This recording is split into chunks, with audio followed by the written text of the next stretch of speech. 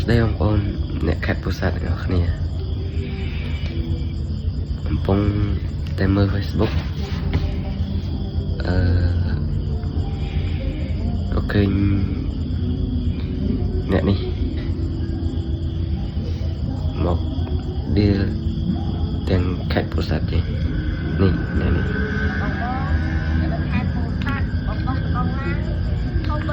បងដឹងហើយចង់និយាយថាខេត្តស្អាត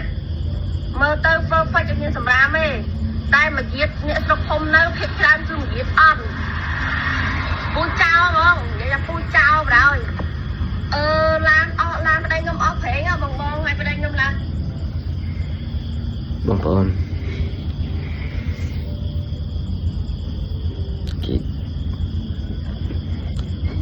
គេទីទាំង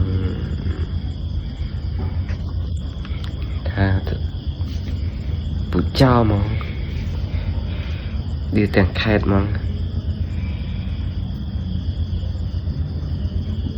បងប្អូនទូយកបានហើយនេះតែស្អាតមើលទៅ perfect មានសម្រាប់ទេតែមកទៀតអ្នកស្រុកភូមិនៅភាគច្រើនគឺមកទៀតអត់ពូចោលហ្មងនិយាយថាពូចោលបណ្ដោយឡានអស់សពូចោលគិតមកបងប្អូន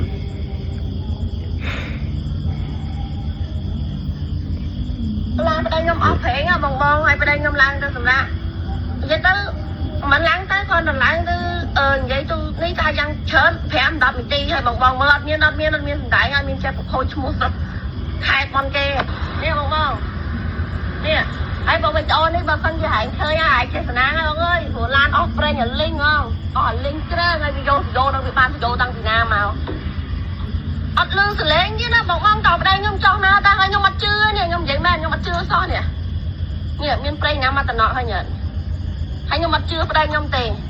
តែជាស្ដែងបើបងធ្វើការក្រុមមានណាគេមានសយោពណ៌ខ្មៅទេអត់មានណាគេមានសយោពណ៌ខ្មៅទេហើយខ្ញុំវាលឿនហួសពេក10នាទីវាលឿនហួសបណ្ដោយហើយមើលបាយមើលម៉ោង5កន្លះហើយហ្នឹងស្រឿងហើយហ្នឹងឯខេត្តពោធិ៍សាត់ចាស្រុកពោធិ៍សាត់ចាមិនខេត្តស្រុកហ្មងមិនទៅសាចេញពីពោះហ្មងហើយមិនចតអីទេបងហើយសាឡានយើងអស់ប្រេងអញ្ចឹងណាហ្នឹង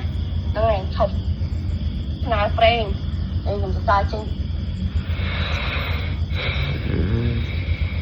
មែន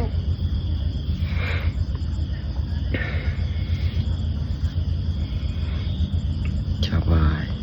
សាត់បងតកងឡានទៀតអ្នកស្រុកភូមិនៅភាគច្រើនគឺមកទៀតអត់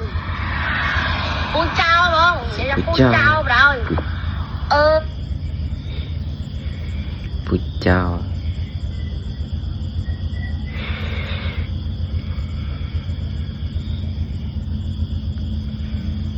នេះតែស្អាតមើលទៅ perfect មានសម្រាប់ទេតែមកទៀតអ្នកស្រុកភូមិនៅភាគច្រើនគឺមកទៀតអត់ពូចោលហ្មងនិយាយថាពូចោលបណ្ដោយ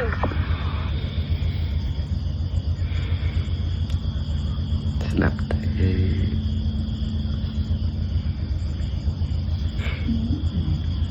គូគិតមិនបងប្អូន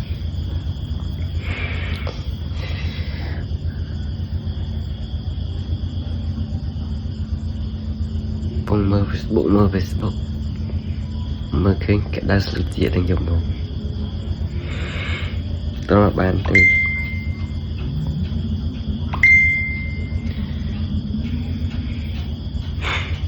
ទើបចេញវីដេអូទាំងយប់នោះអត់មាននេះទេបាយបាយបងប្អូន